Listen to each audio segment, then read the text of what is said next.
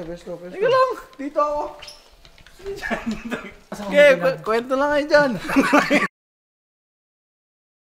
Bakante ka pa? Masikip dito. Professor X. Putang ina. Boy, meron akong kwento!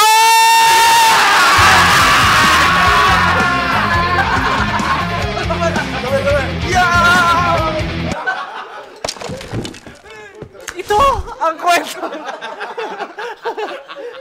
Ito ang kwentong galing kay Jasmine Joy Osna. Ito ang kwento ng anak. Ng po. Ito ang kwento ng anak na supot. Anak na supot? Supot. Kwento? Anak? Supot? Oto pa sa supot. May muta. May kupit pa yan eh. Sobrang balat. Sumasabit sa season. Pagkakuha ng puti, inamoy pa. Oh, shit. Okay. Hindi pa pala talbos. Pinilit. Buti hindi sungaw. Yung natuli na, bumalik pa yun. Sungaw. Tayo na si Bok di natawa, supot pa siguro. Ang kwento ni Bok. Putang ina. Para siyang nakaganon lang tapos na-offend. Pero may kwento ka, di ba? Isang araw. Si Kobe. Kobe pa pala. Hindi kasi natawa eh. Hindi kasi natawa tali. Isang araw. Di natawa mamaya. Si Bok. Ano? Isang araw. Isang araw. Sige. Pangatlong araw na yan. Sige. Pangatlong araw. Simulan mo sa makalipas ang isang linggo. Makalipas ang isang linggo. Ayan. Si Kobe. Hindi pa rin ito.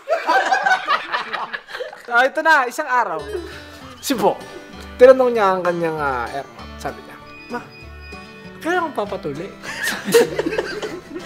Sabi niya, kaya mo anak, kapag ang kalabaw natin nanganak, isasabay kita ng tuli. Parang handaan natin, iisa na lang. Maganda yun, ha? Tipid yun, ha? Ang ina, sineselebrate yung pagpapatuli, no? Oo, pati pagpapaanak ng ano, Siyempre, ikaw kalabaw. pa naman 36 years old. Lumipas ang napakahabang panahon. 2 taon, 3 taon, 4 na taon, 5 taon. Parin Si Kobe, mag-aasawa na. Hindi pa rin ito.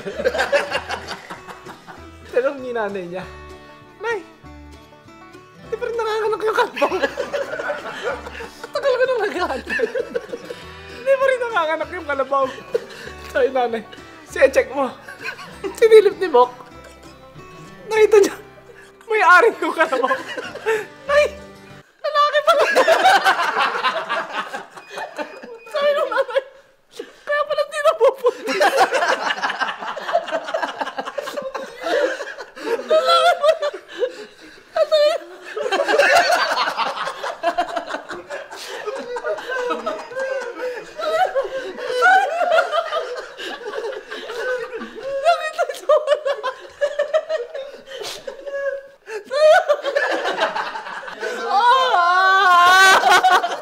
Tangina mo!